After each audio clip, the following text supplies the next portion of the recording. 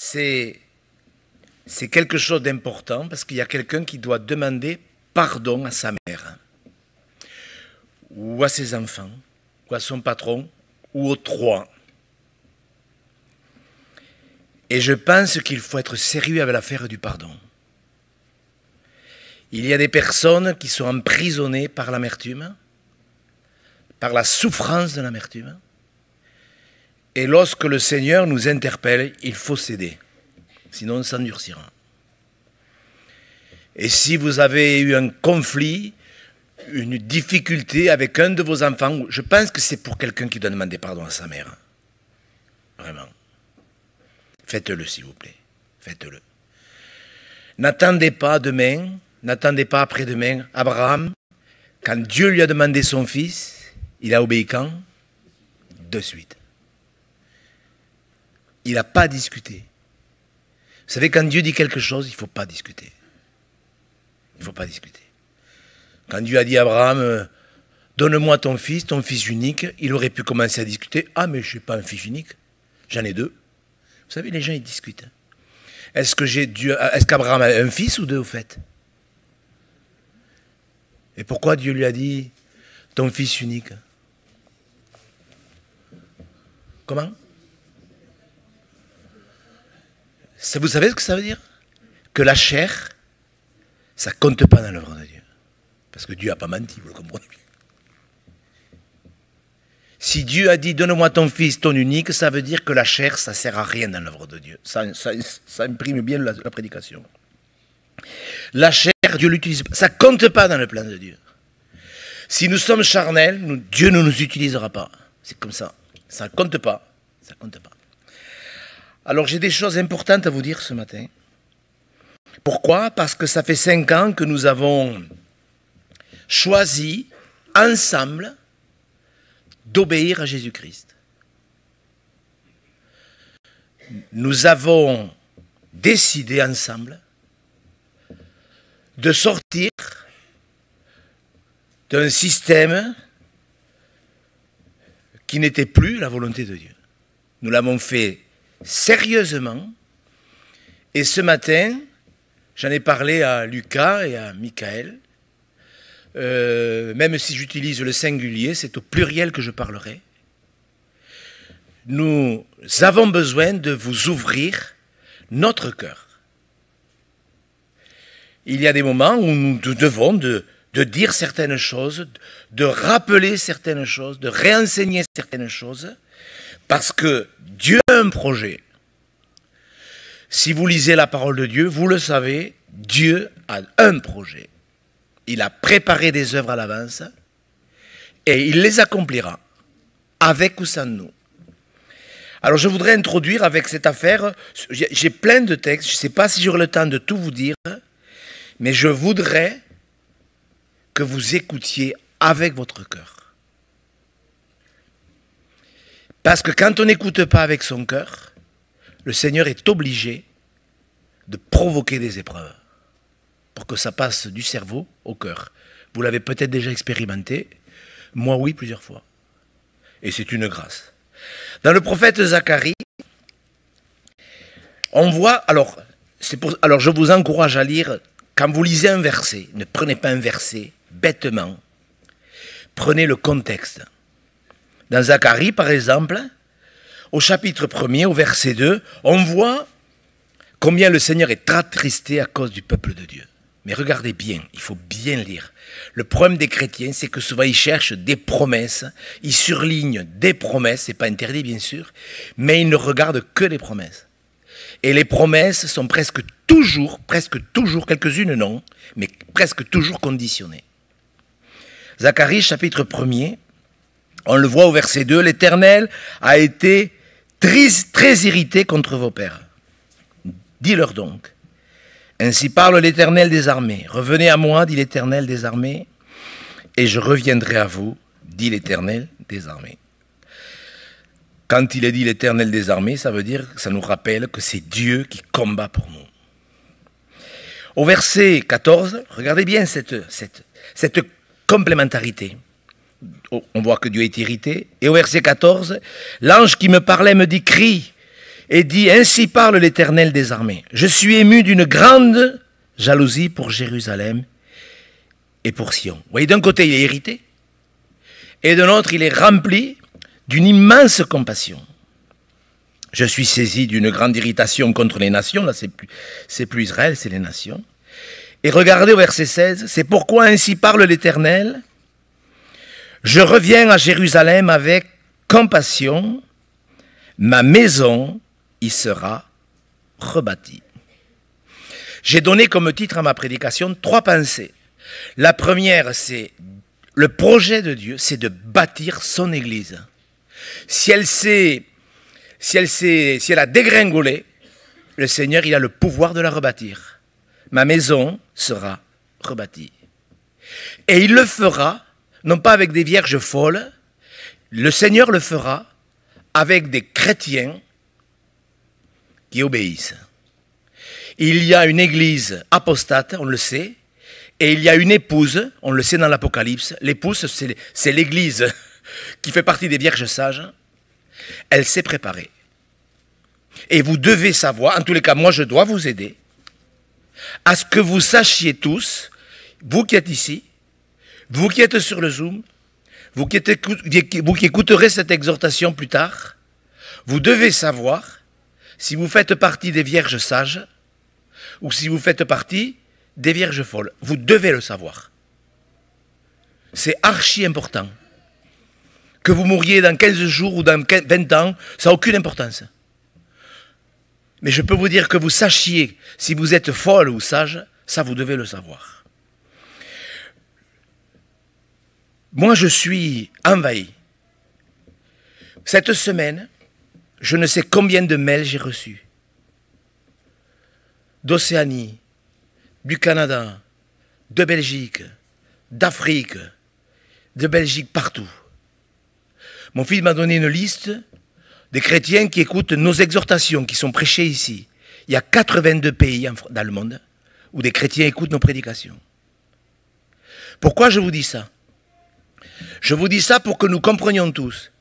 Il y a 5 ans, je vous avais demandé, nous vous avions demandé, de prier pour que Dieu ouvre une porte.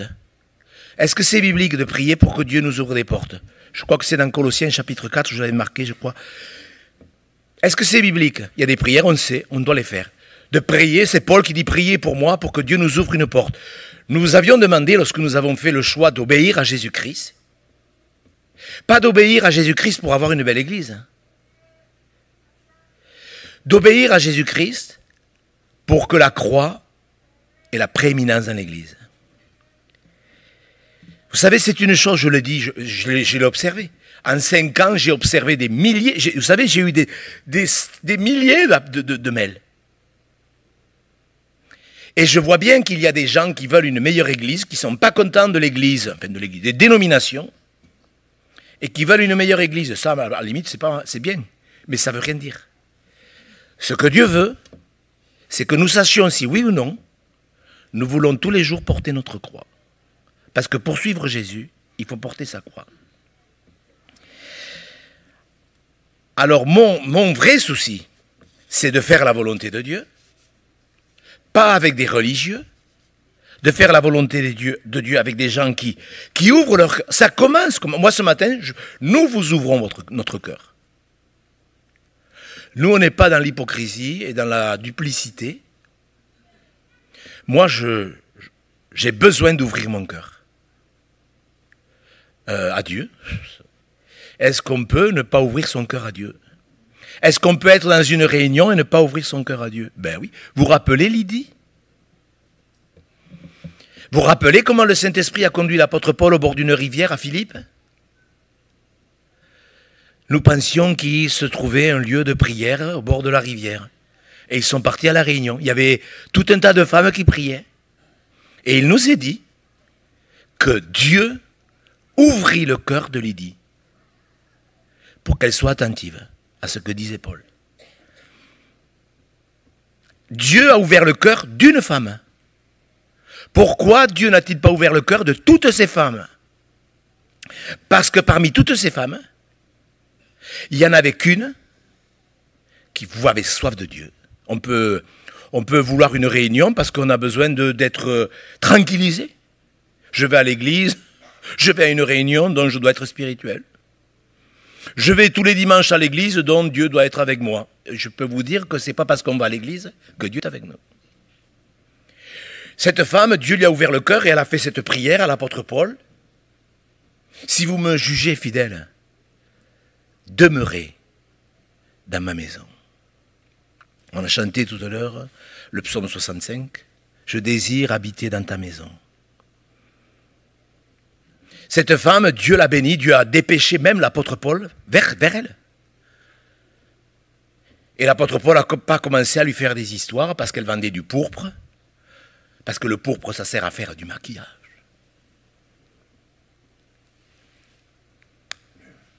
L'apôtre Paul lui a pas dit, écoute, Lydie, c'est bien, mais par rapport au pourpre, il va falloir... Mes frères et sœurs, quand on invite le Seigneur dans notre maison, le Saint-Esprit nous montre tout. Ouvrir son cœur, c'est quelque chose. Dieu nous a ouvert une porte. Je le dis pour Balma, parce que nous devons, on le fait à l'Assemblée Générale, on vous fait un compte rendu financier. Moi ça ne m'intéresse pas, ça. Bon, il faut la faire, l'Assemblée Générale. Il faut la faire. Mais moi, si on n'a plus d'argent ou moins d'argent, je vous assure, franchement, ce n'est pas le souci. Moi, notre souci, est-ce que notre cœur est ouvert? Est-ce que nous avons faim et soif de Dieu? Dieu nous a ouvert une porte. Que son nom soit béni. Maintenant, nous devons prier pour avoir du discernement. Parce qu'il ne se passe pas une semaine, qu'on m'appelle d'un pays ou d'un autre. Cette semaine, c'était la Guyane, où on nous a demandé d'aller ouvrir une église. C'était en Côte d'Ivoire, c'était en Guinée, c'était en Belgique. Alors vous comprenez bien qu'on ne va pas prendre l'avion toutes les semaines pour aller dans un pays différent. Parce qu'il faut absolument prier pour que ces endroits où le Saint-Esprit agit, ça tout soit conduit par le Seigneur. Et il faut que dans ces endroits, comme par exemple Albi, tout à l'heure on va prier pour M. Medbach et son épouse, où il y a une action du Saint-Esprit suite à vraiment quelque chose d'important. Mais nous devons savoir, dans un endroit, s'il y a un frère qui aspire à la charge d'évêque, pas un frère qui veut prêcher. Parce que des pasteurs qui veulent avoir un auditoire, ça, il y en a. Il y a des gens, ils veulent un auditoire pour prêcher. Ils ne veulent pas être serviteurs de l'Église de Jésus-Christ. Il y a des gens, ils veulent un auditoire. Je ne sais pas si vous faites la différence. Quand Dieu nous appelle à apporter sa parole, ce n'est pas pour qu'on arrive à obtenir un petit auditoire. Quand Dieu nous appelle à prêcher, c'est pour qu'on soit des serviteurs. Nous sommes vos serviteurs. Moi, je l'ai réalisé en prenant la retraite, je vous le dis, parce que je n'ai pas tout à fait l'impression que j'ai pris la retraite. Et je sais ce que ça veut dire. Mes frères, Dieu a un plan. Il ne dérogera pas, même si les dénominations, parce si on parle de l'Église de Jésus-Christ, en vérité, personne ne peut l'atteindre, parce que les portes du séjour des morts ne peuvent rien contre l'Église. Mais le problème des dénominations, qu'on appelle Église, c'est que les portes du séjour des morts peuvent prévaloir. Pourquoi? Parce que ce n'est pas l'Église de Jésus-Christ. Vous savez, il y a un pasteur qui m'a appelé il y a quelque temps. Il avait une église avec une centaine de membres. Écoutez bien, c'est grave ce que je vous dis. Il me dit, voilà, tout ça, mais avec presque de la légèreté. Il me dit, vous savez, moi, dans mon église, il y a eu 24 cas d'adultère, 2 cas de pédophilie, 2 cas d'homosexualité.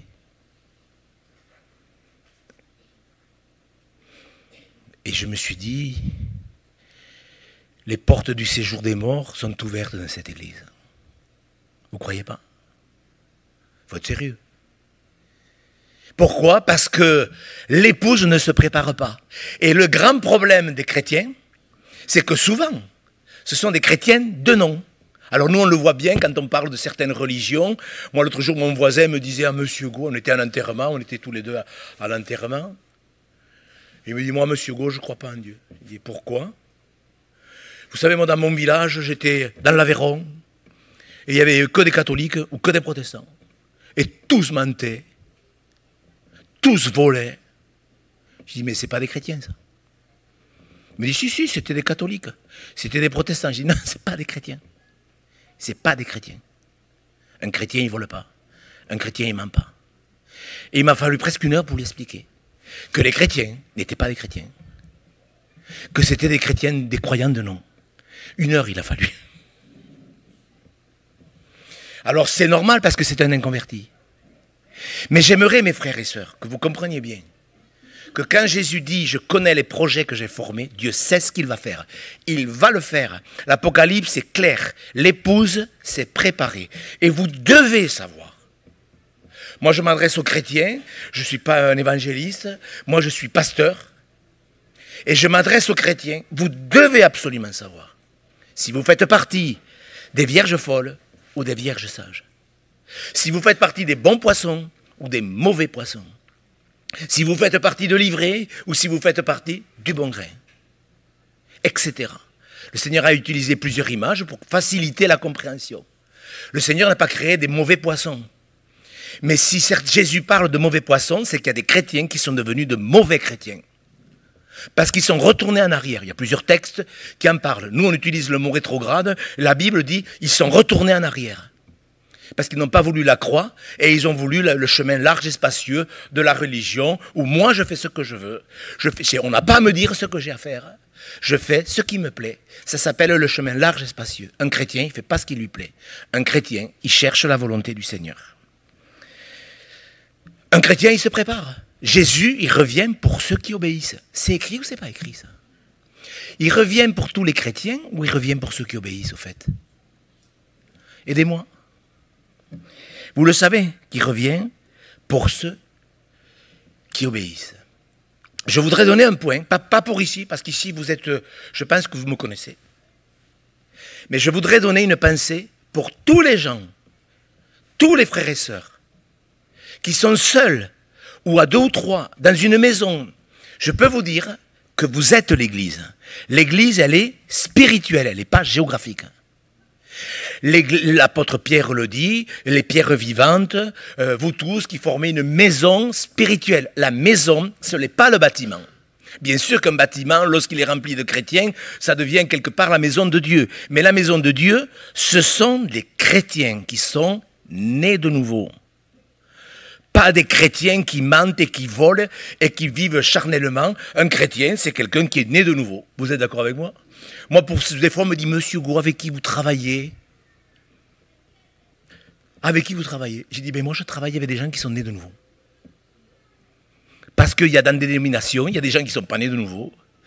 Il y a des pans entiers des dénominations, si je dis église, mais souvent je pense aux dénominations, où les gens ne sont pas nés de nouveau. Alors, pour que vous compreniez notre pensée, parce que c'est sérieux ce que je vous dis. Moi, c'est ma vie. C'est ma vie ce que je vous dis. C'est toute ma vie. Ça fait 1 an que l'on m'invite à droite, à gauche, dans à peu près toutes les dominations, même des dénominations que je ne connaissais pas. On m'invite et ça m'a travaillé, ça. Parce que je me dis, est-ce qu'il te faut aller là? Parce que c'est une chose, c'est bien d'être invité. Mais j'ai compris qu'il y a des gens, des fois, ils veulent juste écouter le pasteur Go. Ils sont contents. On a eu le pasteur Go. Comme si, paf, ça validait la spiritualité de l'église, vous voyez. Un pasteur dit, moi, j'ai invité Monsieur Go. De l'air de dire, il y a le tampon. Je ne pensais pas que ça marche comme ça dans le royaume de Dieu. Et je prie depuis des mois pour ça. Je vous le demande parce que je sais que vous priez pour nous. Et pour moi, c'est archi important ce que je vais vous dire. Parce que moi, je n'ai pas besoin de prêcher, moi. Je l'ai compris quand j'ai fait l'AVC, quand la neurologue m'a dit, Monsieur Go, vous ne prêcherez plus. Et comme je ne pouvais pas parler, elle n'avait pas tout à fait tort. J'ai dit au Seigneur, écoute, ce n'est pas mon problème, c'est le tien. Si tu ne veux pas que je prêche pas. Ça me va très bien. Si tu veux que je prêche, tu sais ce qu'il faut faire. Bon. Et ce que je veux vous dire, mes frères et sœurs, c'est que le Seigneur m'a répondu. Cette semaine, j'étais en train de prier parce que c'est un cas de conscience. Est-ce qu'on peut refuser d'aller prêcher là où on vous le demande? Eh bien, oui et non. vous rendez compte, je préfère me tromper en y allant que me tromper en n'y allant pas. Et j'ai dû le faire plusieurs fois. Le Seigneur l'a vu, je me suis trompé. Mais je préférais me tromper en y allant. Et cette semaine, en priant, parce que c'est un fardeau, hein. Enfin, c'est un bon fardeau. C'est un bon fardeau. J'ai compris ce que Jésus dit dans Matthieu 9, 27, de ne pas mettre du vin nouveau dans de vieilles outres. Que ça sert à rien. Que les outres, elles éclatent. Et les dénominations, et il n'y a aucun mépris. Il n'y a aucun mépris dans mes propos. Parce qu'on me fait dire des choses que je n'ai jamais dites, ça m'est égal. Mais c'est que je veux que nous comprenions tous bien que si Jésus a dit qu'on ne peut pas mettre du vin nouveau dans de vieilles outres, c'est que c'est comme ça. Et on ne peut pas mettre la vie de l'esprit dans des outres qui se sont distendues par la religiosité et tout le reste. On ne peut mettre du vin nouveau que dans des outres neuves. C'est archi sérieux. La semaine dernière, au séminaire où nous étions, il y a un pasteur d'une dénomination qui est venu me voir. Un jeune pasteur, il avait 38 ans. C'est jeune, 38 ans? Ouais. Plus on vieillit, plus les gens sont jeunes. Et ce pasteur me dit, voilà, monsieur Gros, je veux faire ça, ça, ça, ça et ça. J'ai écouté, si vous ne sortez pas, dans 5 ans, vous serez comme les gens que vous dénoncez. Exactement pareil. Il me dit, c'est pas vrai. Si, vous le verrez. J'espère me tromper et j'espère vous demander pardon si je me suis trompé. Je n'espère que ça. Quand on est sur le Titanic, il faut sortir.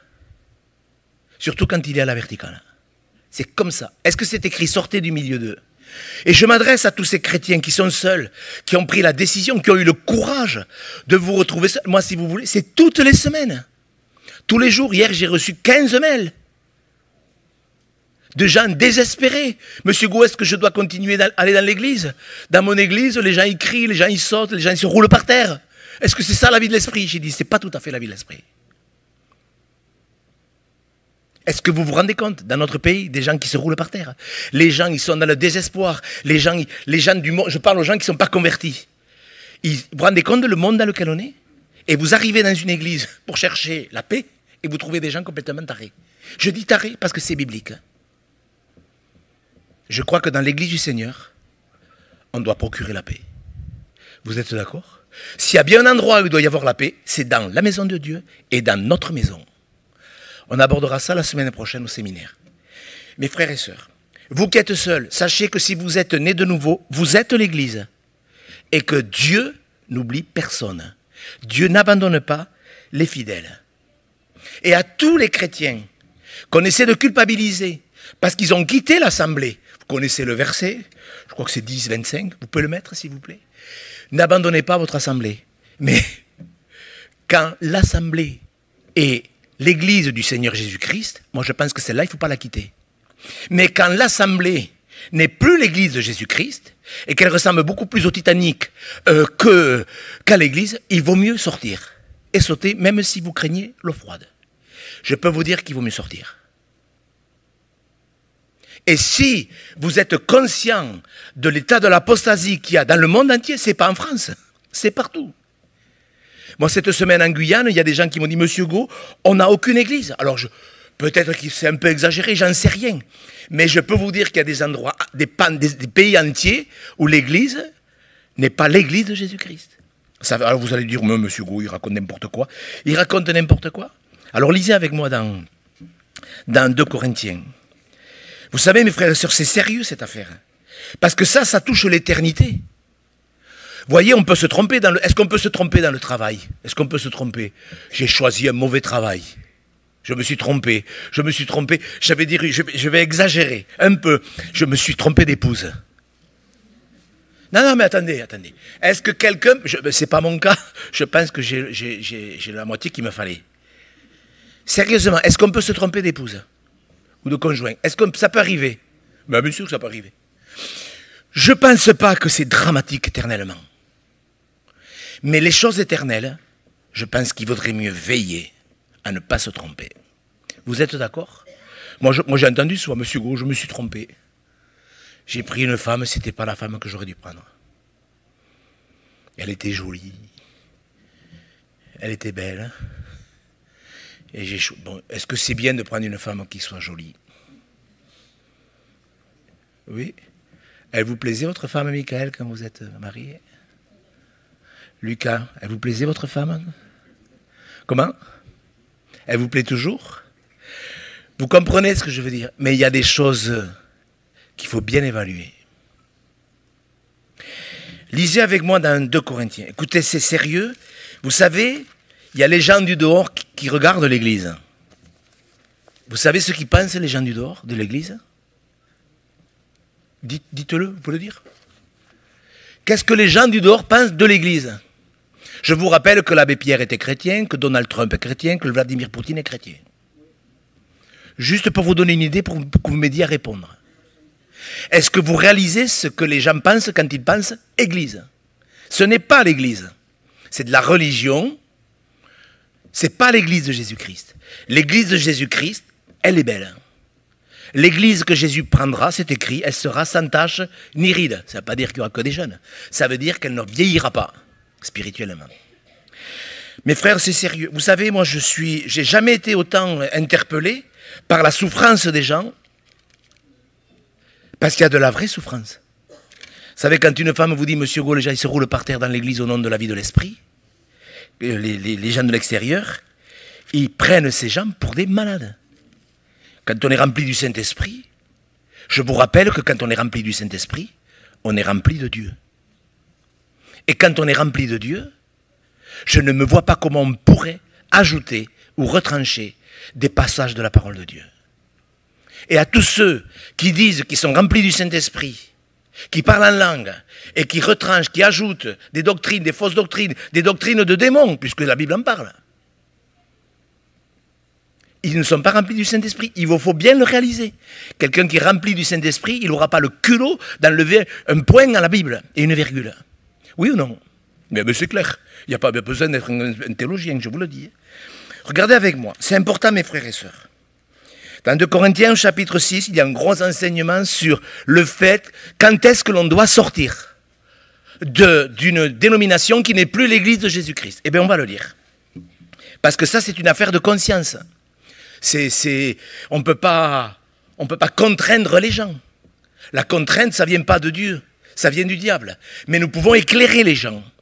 Là où s'arrête notre responsabilité. 2 Corinthiens chapitre 6, au verset 1er, l'apôtre Paul est catégorique. Il dit, puisque nous travaillons avec Dieu, nous vous exhortons à ne pas recevoir la grâce de Dieu en vain. Des millions de chrétiens reçoivent la grâce de Dieu en vain. Ils n'écoutent pas, ils écoutent le dimanche matin, et quand ils sont sortis de l'église, ils pensent à autre chose. C'est terminé. Voilà, quand on ne change pas, si vous écoutez la parole de Dieu et que vous dites, mais ça fait 10 ans que je n'ai pas fait de progrès, comment voulez-vous que je vous le dise? Si vous écoutez la parole de Dieu et que vous dites, mais moi je n'ai pas fait des progrès, c'est que vous recevez en vain. Je ne sais pas, comment voulez-vous que je vous le dise? C'est vrai que c'est un peu abrupt, mais si vous ne changez pas, vous écoutez pour rien. Parce qu'il y a des gens qui disent, oui, mais il est dit dans Ésaïe 55 que la parole de Dieu ne retourne point sans effet. Oui, pour les gens qui écoutent. Mais pour les gens qui n'écoutent pas, pour les gens qui ne changent pas, c'est la preuve qu'ils ont reçu en vain. Alors regardez avec moi, dans 2 Corinthiens chapitre 6, regardez au verset 14, au chapitre 7, verset 1er. C'est important, frères et sœurs, parce que c'est une question de responsabilité devant Dieu par rapport au travail. Vous avez vu, puisque nous travaillons avec Dieu. Vous savez, Lucas, Michael, il y a Yannick, il y a Olivier qui est à Groyer ce matin avec M. Tranier, il y a M. Rebillou, avec M. Grel à Bordeaux.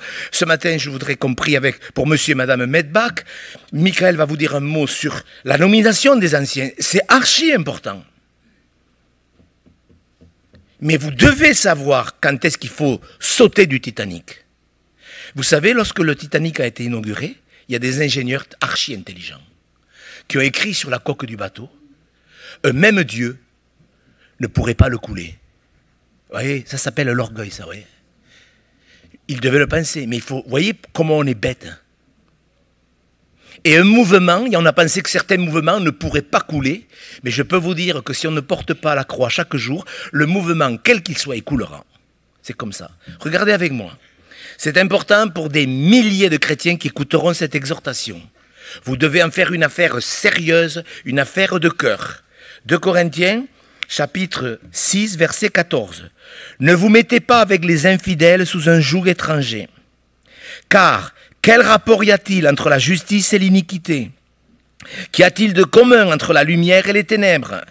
Quel accord y a-t-il entre Christ et Bélial? Quelle part a le fidèle avec l'infidèle? Quel rapport y a-t-il entre le temple de Dieu et les idoles? Car nous sommes le temple du Dieu vivant. Comme Dieu l'a dit, regardez ce que Dieu a dit. Ça fait partie de son plan, là, le projet. J'habiterai et je marcherai au milieu d'eux. Est-ce qu'il y a des gens au milieu de nous qui veulent que Dieu marche au milieu de nous? Que Dieu habite au milieu de nous? Si nous mélangeons la lumière et les ténèbres, Dieu sortira. C'est comme ça. Dans l'église de Laodicée, Jésus, il est où? Il est dehors, à cause de la tiédeur. Et je marcherai au milieu d'eux, je serai leur Dieu, ils seront mon peuple. C'est pourquoi, sortez du milieu d'eux.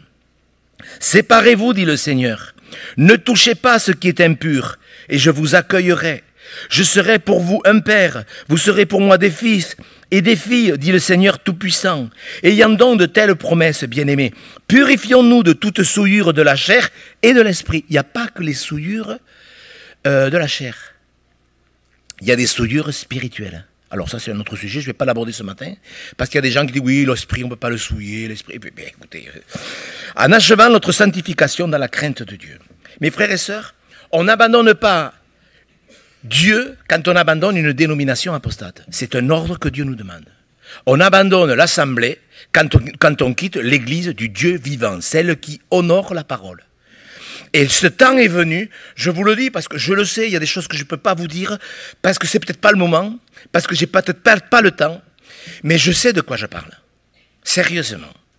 On n'a pas fait ça sur un coup de tête, on a fait ça avec une direction du Saint-Esprit, et je peux vous dire qu'on aime les gens, on aime les chrétiens, on aime nos ennemis. Oui, moi je peux vous dire qu'il y a des gens qui ne me bénissent pas, mais moi Dieu m'est témoin, je les aime. Parce que moi, je veux que mes ennemis n'aillent pas en enfer. Même s'il y en a qui m'ont cassé les pieds, vraiment. Mais moi, je n'ai pas envie qu'ils aillent en enfer, même s'ils me critiquent. Même les gens qui... Je pense que c'est pareil pour vous aussi. Il y a des gens qui vous aiment pas trop, parce que vous êtes chrétien. Allez, dites-moi. Vous voulez qu'ils aillent en enfer? L'enfer, ça durerait 1 milliard d'années. Vous voyez, 2 milliards d'années. Allez, 2 milliards et demi. Mais c'est l'éternité. Et je pense que même si on a des ennemis, on veut qu'ils aillent au ciel. Je pense que c'est ça l'esprit de Christ. Vraiment. Et nous devons donc préparer le chemin. L'église s'est affaissée. Les églises ne sont plus l'église. Ce sont des dénominations, des mouvements religieux qui s'étourdissent, qui cherchent des méthodes mondaines, etc. Nous voulons travailler avec Dieu. Nous voulons que Jésus bâtisse son église. Est-ce qu'il y a des gens au milieu de... Attendez avant de répondre, mais répondez à Dieu. Est-ce que vous voulez travailler avec Dieu? Il a entendu votre réponse. Est-ce que vous voulez travailler avec Dieu? Ça se prépare. Hein? Ça se prépare, c'est archi important. Vous savez, le jour du jugement, il va y avoir des drôles de soucis. Il y a des prostituées qui se convertissent, qui dévanceront des pasteurs. C'est écrit ou c'est pas écrit? Parce qu'il y a des prostituées, des femmes bas-tombées, des publicains bas-tombés, qui se convertissent. Et il y a des religieux qui veulent tellement l'auditoire, ils veulent tellement que l'auditoire reste, parce qu'il y a des projets humains. Je comprends la démagogie. Mais on ne prêche pas pour garder des gens qui donnent la dîme. On prêche pour garder les gens dans l'église de Jésus-Christ. Et il y a toute une préparation. Et on n'abandonne pas l'assemblée quand on abandonne le Titanic à la verticale. On sort de quelque chose dont Dieu nous demande de sortir. Vous savez, il y a des choses on ne sait pas des fois s'il faut les dire. Vous savez, moi quand on se prépare, les pasteurs le savent. Il y a des fois, vous préparez, vous voyez, comme le don tout à l'heure que j'ai donné, j'avais envie de le donner à l'église. Mais je ressentais que c'est pour quelqu'un qui est sur le Zoom ou sur la chaîne. L'autre jour, il y a une femme qui a été guérie en plein Zoom. Pendant un chant, quand on chantait en son temps, cette femme, elle m'a téléphoné, elle m'a dit, Monsieur Gaud, Jésus m'a guéri pendant le Zoom. Pourquoi je vous dis ça? Parce que l'église, justement, elle n'est pas géographique. Et nous, on veut les gens dans les réunions, on veut qu'il y ait des gens aux réunions, on veut que les gens qui viennent aux réunions, on veut qu'il y ait de plus en plus de gens qui prient à haute voix, etc. On veut que les gens ils viennent à l'église, vous voyez ce que je veux dire? Et hier, je priais parce que cette prédication, vous comprenez que j'ai quand même prié pour. Et je réfléchissais, je dis, Seigneur, est-ce que ce que Jésus a dit aux apôtres, il faut le dire parfois? Moi, je dis des choses à Michael, à Lucas, à Yannick, à Olivier, etc. Et puis, il y a un verset qui est venu sur mon cœur. On va le mettre. C'est Matthieu 10, 25. Est-ce qu'on peut le lire, s'il vous plaît? Parce que, vous savez, des fois, oui, il ne faut pas tout dire. Enfin, écoutez, ce qu'il y a dans la Bible, je pense qu'on peut le dire. Vous êtes d'accord avec moi? Une fois, j'avais fait un séminaire, ça c'est pour détendre 5 minutes. Je vais faire un séminaire dans un mouvement où ils sont très prudents par rapport à la sexualité. Alors on m'a dit, Monsieur Gon, on vous a demandé un séminaire sur le couple, mais ne débordez pas, ne débordez pas. J'ai dit, qu'est-ce que ça veut dire, ne débordez pas? Il me dit, il faut faire attention, parce que vous savez, chez nous, on n'aborde pas ce problème. Je dis, mais moi je vais aborder ce qui est écrit dans la Bible. Est-ce que vous comprenez, mes frères et sœurs? Est-ce qu'on peut dire tout ce qu'il y a dans la Bible? Bien sûr. Bien sûr, si c'est écrit dans la Bible, je pense qu'on peut le dire à tout le monde. Hébreux 10, 25. Matthieu 10. Alors. Non, 27, pardon. Vous voyez, vous me troublez. Matthieu 10, 27. Ce que je vous dis dans les ténèbres, dites-le. Alors, dans les ténèbres, ce n'est pas les ténèbres du diable. Ce que je vous dis dans les ténèbres, dites-le en plein jour. Ce qui vous est dit à l'oreille, prêchez-le sur les toits. Donc, vous voyez des choses que Dieu a dit en privé à ses apôtres, aux disciples. Et il leur dit maintenant, moi, ce que je vous dis là, dans la discrétion, je vous demande de le prêcher sur les toits. Il y a des choses, il faut les dire. Et il faut les dire pourquoi? Parce que l'Église, il faut le protéger, l'Église. Vous êtes d'accord avec moi? Lorsque l'apôtre Paul dénonce certaines choses à Timothée et qu'il dit voilà, Alexandre, le forgeron, qu'est-ce qu'il lui a fait? Qu'est-ce qu'il a fait à Alexandre? Il m'a fait beaucoup de mal. Ah, l'apôtre Paul, il critique. Est-ce que l'apôtre Paul est en train de critiquer Alexandre ou est-ce que l'apôtre Paul est en train de protéger l'Église? Mais vous comprenez, mes frères et sœurs, quand on dit certaines choses, c'est pas pour critiquer, pour dénoncer. C'est sûr que si on fait ça, il n'y a pas l'approbation de Dieu, ça c'est clair. Mais on peut dénoncer certaines choses pour protéger l'Église. Et quand on ne dénonce pas certaines choses, on ne protège pas l'Église. Quand la Bible dit, ce que Michael prêchait il y a 15 jours, que des femmes ne peuvent être pas pasteurs dans l'Église parce qu'on ne voit pas de femmes pasteurs dans le Nouveau Testament, on n'a rien à rajouter. Il faut le dire. Il n'y aura pas l'approbation de Dieu. Est-ce que vous comprenez, mes frères et sœurs? Les chrétiens, alors je veux pas être long, mais je voudrais vous parler pendant des heures. Vous êtes prêts? Est-ce que vous êtes prêts à ce que je vous prêche pendant des heures? Oui? Je sais qu'il y en a qui sont prêts. Vous passeriez d'un repas pour écouter une prédication?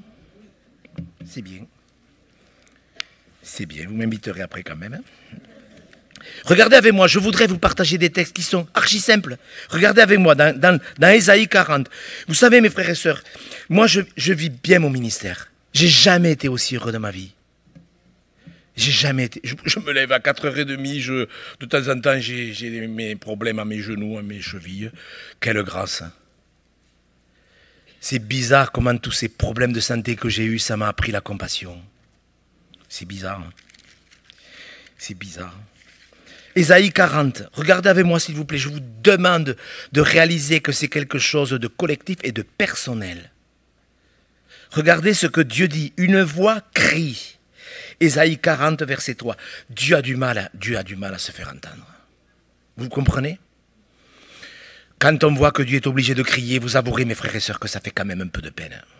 Oui ou non? Vous n'êtes pas d'accord? Une voix crie, Dieu, on n'écoute pas. D'ailleurs, ce matin, je le ressens dans mon esprit. Il y en a quelques-uns qui vont rien écouter de cette prédication. Ils vont retourner, ils ne vont pas tenir compte de l'obstacle que je vais citer dans 5 minutes. Et vous allez vous endurcir. Et vous allez vous métamorphoser en vierge folle. Et quand Jésus reviendra, eh bien, vous ne serez pas prêts. Et moi, je ne veux pas que Dieu me dise, eh bien, tu vois, tu n'as pas prêché comme il faut. à ces gens qui étaient tièdes, paresseux. Moi, j'ai pas envie d'avoir ça sur la conscience, parce qu'il est dit que nous, les pasteurs, nous serons jugés comment? Plus sévèrement. Et moi, j'ai envie que ça se passe bien quand je vais comparaître devant Jésus-Christ. Je vous assure que moi, je veux que ça se passe bien. Ésaïe 40, verset 3. Une voix crie, préparez au désert le chemin de l'Éternel. Aplanissez dans les lieux arides une route pour notre Dieu. Que toute vallée soit exhaussée. Que toute montagne et toute colline soient abaissées. Que les coteaux se changent en plaine et les défilés étroits en vallons. Alors, regardez bien, la gloire de l'Éternel sera révélée. Et au même instant, toute chair la verra, car la bouche de l'Éternel a parlé. Amen. Alors, si je vous parle du désert, ça ne vous intéresse pas trop. Mais si je vous parle de la gloire de l'Éternel, est-ce que ça vous intéresse? Alors, la gloire de l'Éternel sera révélée. En plus, de suite, au même instant, vous voyez, enfin, c'est Dieu qui parle. Est-ce que vous croyez que Dieu peut instantanément agir dans son Église? Oui. Il faut préparer le chemin. Des fois, on dit, Seigneur, prépare les cœurs, prépare les cœurs. Bon, c'est une façon de parler. Mes frères et sœurs, c'est à chacun de nous. Nous sommes dans cette église, Dieu nous y a placés, nous avons fait ce choix. Je bénis Dieu pour tous les chrétiens et chrétiennes qui ont compris l'importance de porter la croix chaque jour. Mais le chemin du Seigneur, ça se prépare. Préparez au désert. Où que vous soyez, je ne sais pas si... Est-ce que vous êtes dans le désert ou dans les verts pâturages? Je sais pas. Ou sur la route entre les deux. Où c'est que vous êtes? Sérieux, est-ce que vous pourriez répondre à cette question? Est-ce que vous pourriez répondre? Vous ne me répondez pas quand je vous pose des questions. Je répète. Est-ce que vous êtes dans le désert ou dans les verts pâturages? Près des eaux paisibles?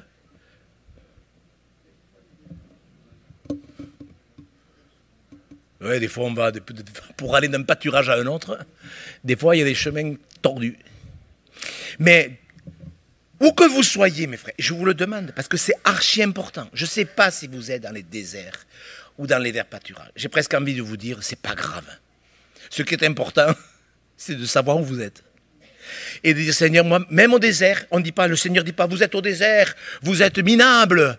J'ai pas besoin de vous. Non, préparez au désert. Même si ça ne va pas, vous pouvez dire, mais je peux partir de très bas et préparer le chemin du Seigneur. Moi, je veux que Dieu marche dans ma maison. Vous voulez pas que Dieu marche dans votre maison?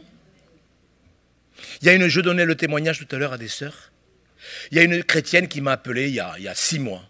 Elle me dit, Monsieur Gros, ça va pas, je veux que mon mari vienne à l'église, ma belle-fille, elle est stérile, tout va mal dans la maison, et je fais tout pour que mes parents viennent, pour que pour mon mari vienne. J'ai dit, mais qu'est-ce que vous vous cassez la tête? J'ai dit, pourquoi vous procurez pas la paix dans votre maison? Et on a parlé, on a discuté, et elle a compris au bout d'un quart d'heure que le plus important, c'était quelle est la paix. Heureux ceux qui procurent la paix. Elle m'a envoyé un mail avant-hier. Elle me dit, Monsieur Go, je vous écris pour vous donner une bonne nouvelle. Ma belle-fille est tombée enceinte. Et tatati et tatata. Parce qu'elle a procuré la paix.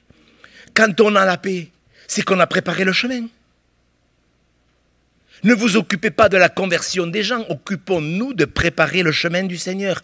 C'est Dieu qui convainc de péché. Si dans une église, il n'y a pas le Saint-Esprit, est-ce qu'il va y avoir des convictions de péché? Ben non. Dans une église qui prépare le chemin du Seigneur, le Saint-Esprit est là. Donc quand le Saint-Esprit est là, il y a des convictions de péché.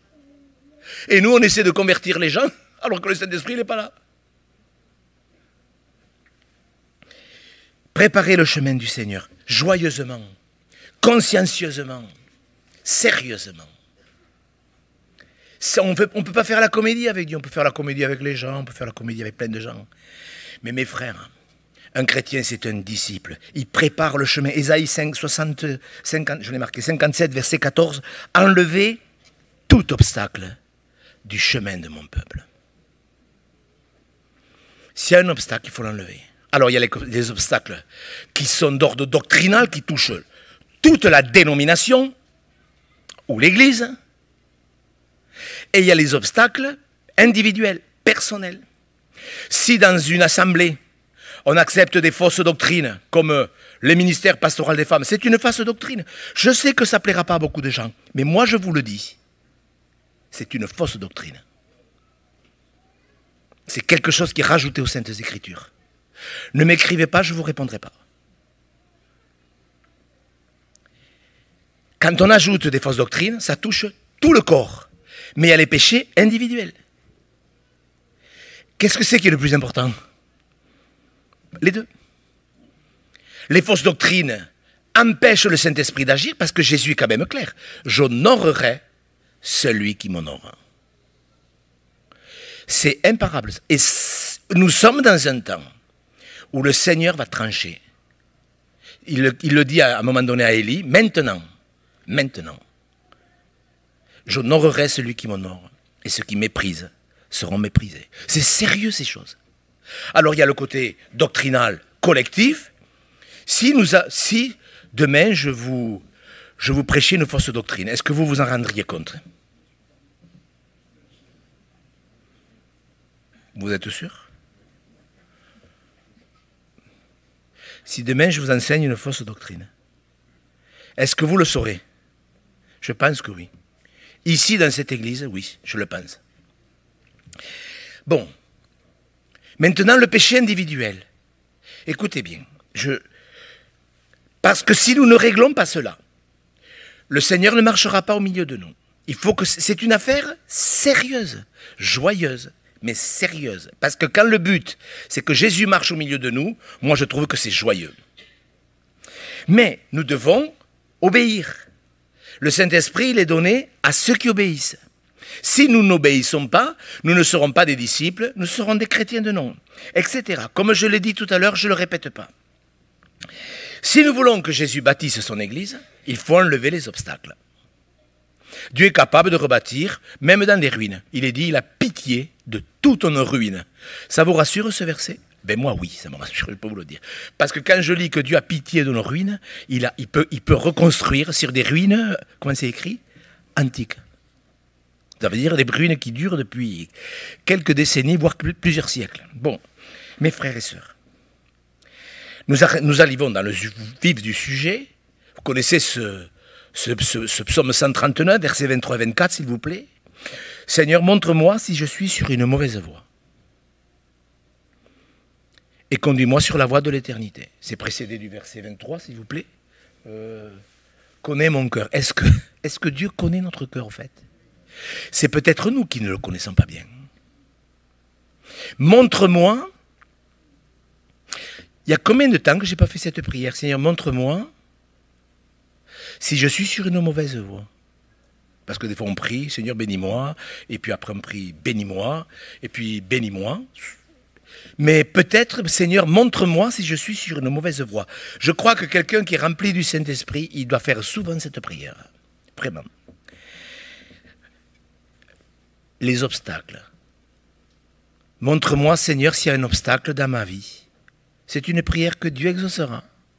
Je vais en citer un que j'ai déjà cité, mais j'ai à cœur de le reciter. C'est dans Proverbes. Ça touche des gens, je sais que ça touche des gens ici, dans cette église. Sur le Zoom, certainement, et sur la chaîne, certainement encore. Dans le Proverbe 15, alors on pourrait en citer 30, 40 vrais obstacles dans la Bible. Proverbe 15. Regardez bien au verset 19. Je sais qu'au milieu de nous, il y a des chrétiens qui sont en danger. Vraiment en danger à cause de cet obstacle. Parce que c'est un obstacle sévère, très sévère, qui revient dans l'Ancien comme dans le Nouveau Testament. Proverbe 15, verset 19. Le chemin du paresseux est comme une haie d'épines. Mais le sentier des hommes droits est aplani. Vous savez que Dieu met en opposition parfois certains textes. Les hommes droits, en plus, Dieu aplanit le chemin. C'est une grâce quand le sentier est aplani. Confie-toi en l'Éternel de tout ton cœur et ne t'appuie pas sur ta sagesse, et il aplanira tes sentiers. Est-ce que nous voulons que notre chemin soit aplani? Ah ouais. C'est beau quand le chemin est aplani. Dieu a ce pouvoir d'aplanir notre chemin. Mais il y a des Je ne parle pas de la paresse au niveau professionnel, au niveau de la détente, au niveau du sport. Il y a des gens, ils sont capables d'être zélés pour des activités physiques, professionnelles, et ça, c'est pas mauvais en soi.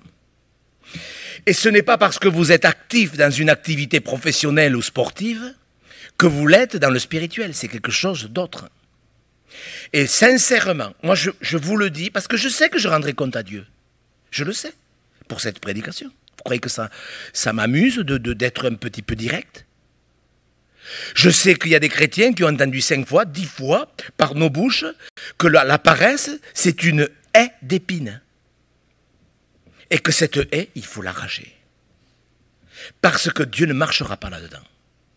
Ça va très loin, puisque dans la parabole des talents, la paresse, qu'est-ce qu'il advient d'un serviteur? Un serviteur qui a été paresseux, qu'est-ce qu'il est dit? Qu'est-ce qu'il est dit de ce serviteur paresseux? Vous ne m'aidez pas beaucoup. Hein? Il est dit du mauvais serviteur, à cause de sa paresse, c'est là qu'il y aura des pleurs et des grincements dedans. Ça signifie que l'on peut perdre le salut, je sais que ça aussi, c'est une fausse doctrine, la sécurité éternelle. Mais laissez-moi vous dire, mes frères et sœurs, que lorsqu'on est paresseux, ça prouve qu'on n'a pas de communion avec Dieu. Parce que ça peut arriver d'avoir un moment de blues. Est-ce que ça peut arriver? Ne me faites pas dire ce que je n'ai pas dit. Est-ce qu'il peut y avoir un moment où on est fatigué? Est-ce qu'on a le droit d'être fatigué? Vous savez, j'étais dans une église dernièrement, il y avait un cantique, moi je ne suis pas intervenu, il y avait Olivier avec moi. Il me dit, monsieur Hugo, vous n'intervenez pas? J'ai dit, si j'interviens pour chaque fois que je dois intervenir.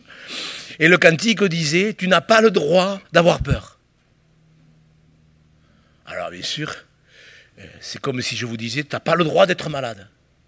Est-ce qu'on a le droit d'être malade? Qu'on dise à quelqu'un, tu n'as pas besoin d'avoir peur. Vous voyez, ça devient une fausse doctrine. Est-ce qu'on peut avoir peur? Bien sûr.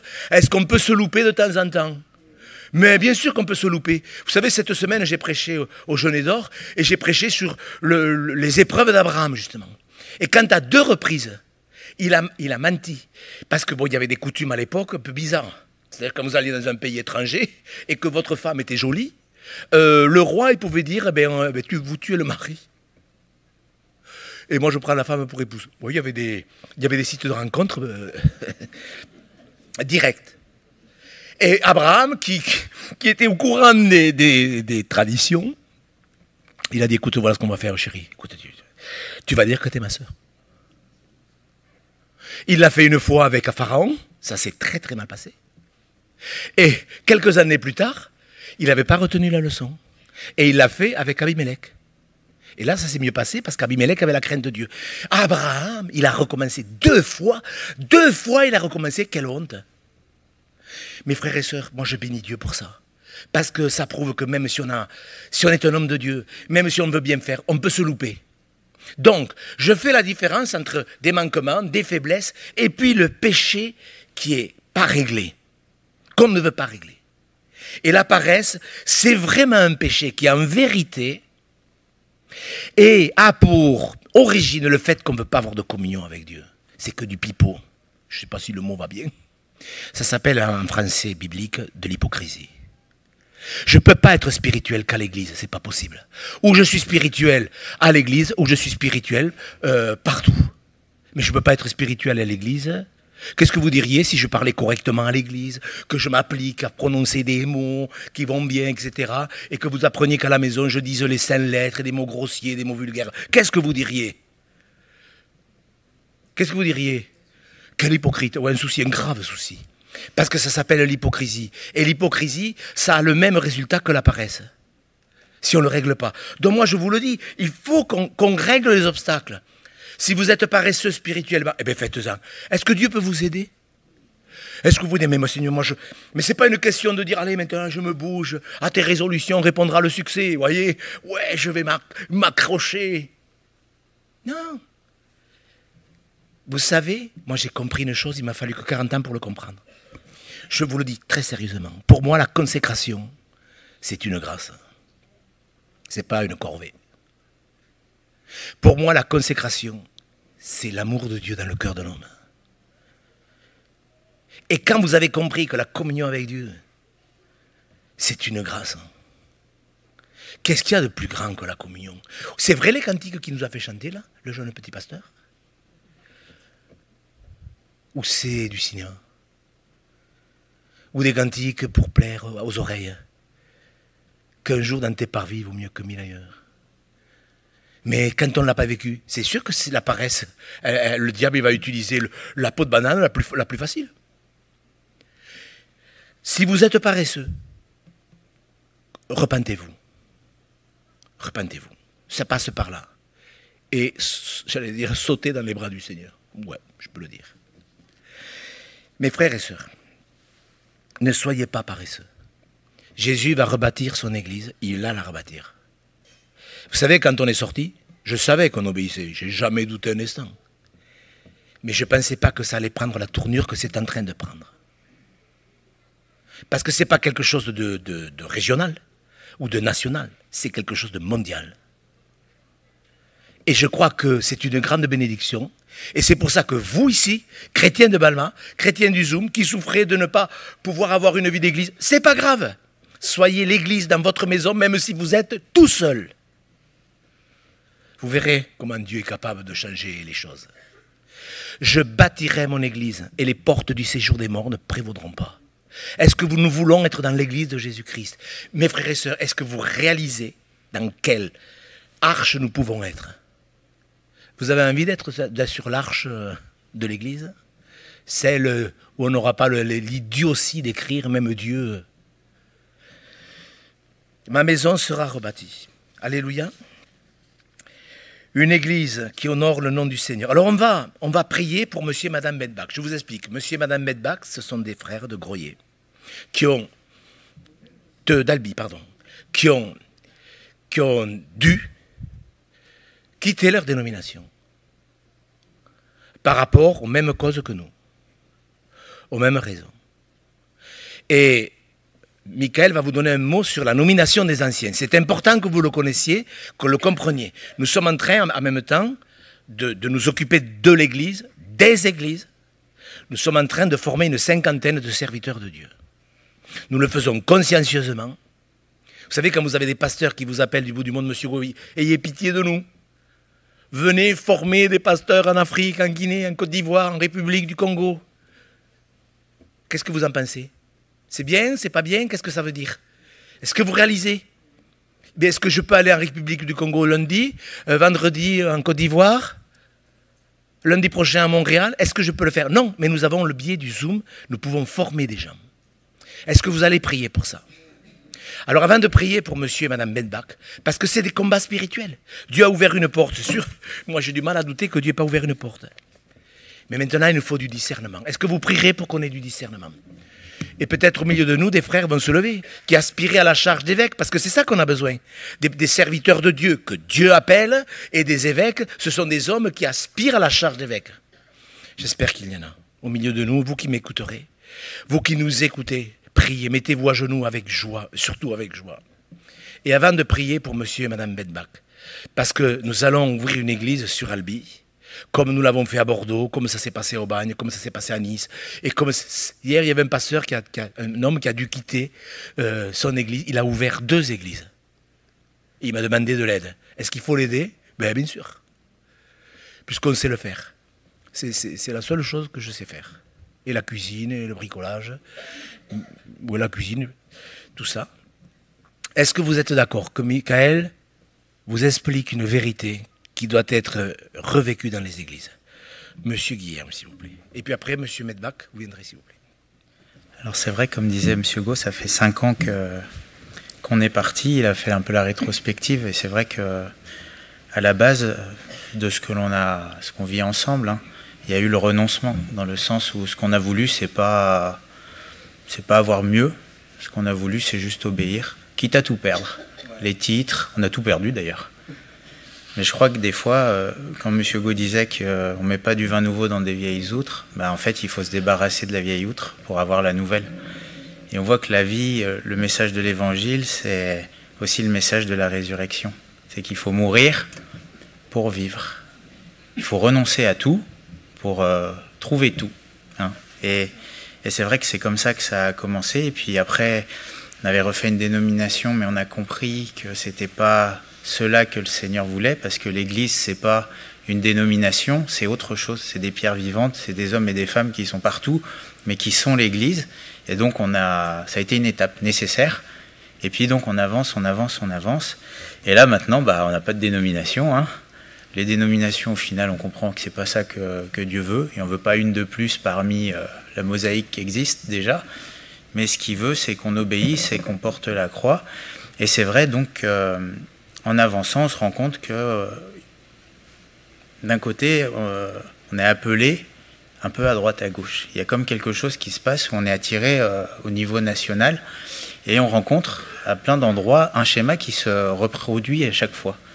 C'est-à-dire qu'il y a un groupe de chrétiens véritables qui sont sortis, et puis il y a un ancien. Il y a une personne qui est capable de les diriger, de prêcher, de prendre soin du troupeau. Et en fait, on s'est rendu compte, sans qu'on veuille organiser, qu'il y a quand même une organisation qu'on observe un peu partout, c'est-à-dire un troupeau et un berger local. Et en fait, en réfléchissant, on s'est rendu compte que en fait, ce qu'on observe, c'est tout simplement ce qui est écrit dans la Bible, sans que même on veuille l'organiser par nous-mêmes. Et j'ai été interpellé par ce passage, on en a discuté au Jeûne d'Or, quand Paul il dit à Tite, « Je t'ai laissé en Crète », c'est Tite, chapitre 1er, verset 5, « Je t'ai laissé en Crète afin que tu mettes en ordre ce qui reste à régler et que selon mes instructions, tu établisses des anciens dans chaque ville, s'il s'y trouve quelques hommes irréprochables, etc. » Et en fait, on voit que Paul va demander à Tite, littéralement, c'est de finir d'organiser l'Église. Donc en fait, on voit que d'un côté, l'Église, c'est le Seigneur qui l'a bâti, et qu'il y a des ministères qui doivent être là pour l'aider à s'organiser. Et en fait, on s'est rendu compte que dans la parole, on voit qu'il y a deux grands types de ministères. Il y a des ministères qui sont locaux, et il y a des ministères qui sont un peu plus nationaux, on va dire. Littéralement, bibliquement parlant, il y a des ministères apostoliques. C'est ceux qui sont envoyés un peu partout. C'est un peu ceux qui sont horizontaux, si vous voulez. On est un peu partout. On peut prêcher tant à Bordeaux qu'à Groyer, qu'à Balma, etc. Et puis il y a des ministères qui sont, bibliquement, on les appelle épiscopaux, c'est les anciens. C'est-à-dire qu'eux, ils sont plus verticaux. Ils restent sur place et ils sont capables de tenir l'Église. Et on se rend bien compte que le Seigneur nous amène dans une autre forme d'organisation qui est plus biblique. Et on réalise au final que se réformer, parce qu'on en parle souvent, c'est pas on met des règles, on dit on fait comme ça, on va nommer ceci, cela, cela, et puis ça va marcher comme ça. Mais c'est quand on voit l'Église comme elle doit être, qu'alors après on peut nommer les choses qui existent déjà. Et donc on voit qu'il faut finir d'organiser. Et on pense que justement, puisque le Seigneur permet qu'on travaille avec des anciens à différents endroits, il faut tout simplement les nommer. C'est-à-dire appeler les choses qui existent par leur nom. Et effectivement, il y a des ministères apostoliques comme apôtres, prophètes, enseignants, évangélistes. Et puis il y a des ministères locaux qui sont les anciens. Et il faut vraiment qu'on les nomme. C'est-à-dire qu'on les établisse responsables, pasteurs, de l'église locale et qu'on travaille avec eux. Sans que nous devenions les pasteurs de ces églises-là locales, mais que nous puissions y aller et travailler avec les pasteurs locaux qui sont déjà sur place et qui existent véritablement. Je ne sais pas si vous comprenez ce que je veux dire. Et en fait, c'est biblique. Il y a des mouvements où on a fait des règles et au final, il n'y a que les ministères apostoliques. Il n'y a que le pasteur, l'apôtre, le docteur, le prophète, etc. Et des fois, au final, il n'y en a qu'un, c'est le pasteur. Et puis, celui qui est censé aller partout, il est bloqué, verrouillé dans son église parce que c'est le pasteur de l'église. Voilà. Puis, il y a les anciens, ils sont complètement méprisés. Puis, il y a des endroits où il n'y a que les anciens. On établit des anciens de groupe et puis, il n'y a pas du tout de ministère apostolique, ça n'existe pas et ça ne va pas non plus. Et en fait, on se rend compte qu'il y a les deux qui doivent travailler ensemble. C'est comme un tissu. Il y a des brins qui sont horizontaux, il y a des brins qui sont verticaux, et ensemble, ça fait une unité solide. Voilà. Donc, on va se diriger plutôt dans cette direction-là. Et en fait, c'est une étape de plus, un jalon. On est sorti, on s'est dépouillé un peu de ce qu'on avait hérité. Et puis là, maintenant, on voit des choses qui sont bibliques et qu'il faut simplement nommer telles qu'elles sont. Voilà. Donc, c'est ce que j'avais à cœur de dire. Mais priez pour nous. Et je pense que le Seigneur permet qu'il y ait plusieurs anciens qui soient venus vers nous, plusieurs groupes qui nous appellent. Il y a un travail qui se fait, mais maintenant il faut qu'on fasse bien à 100% ce que le Seigneur nous demande pour ces groupes-là. Et il est probable que le Seigneur en amène d'autres et que si on est fidèle dans les petites choses, qu'on fasse et qu'on organise l'église auquel on est au contact comme Dieu veut, que le Seigneur nous en amène d'autres et qu'au final, ça soit son église à elle. Et il se peut bien qu'au final, l'église se prépare à entrer dans un temps où ça ne sera pas forcément des grosses structures et dénominations, mais ça sera plutôt des petits groupes avec des anciens, et que c'est peut-être plus comme ça que le Seigneur veut que l'Église fonctionne, avec des ministères qui sont un peu plus à bouger pour aider l'Église dans son ensemble. Voilà ce que j'avais à dire.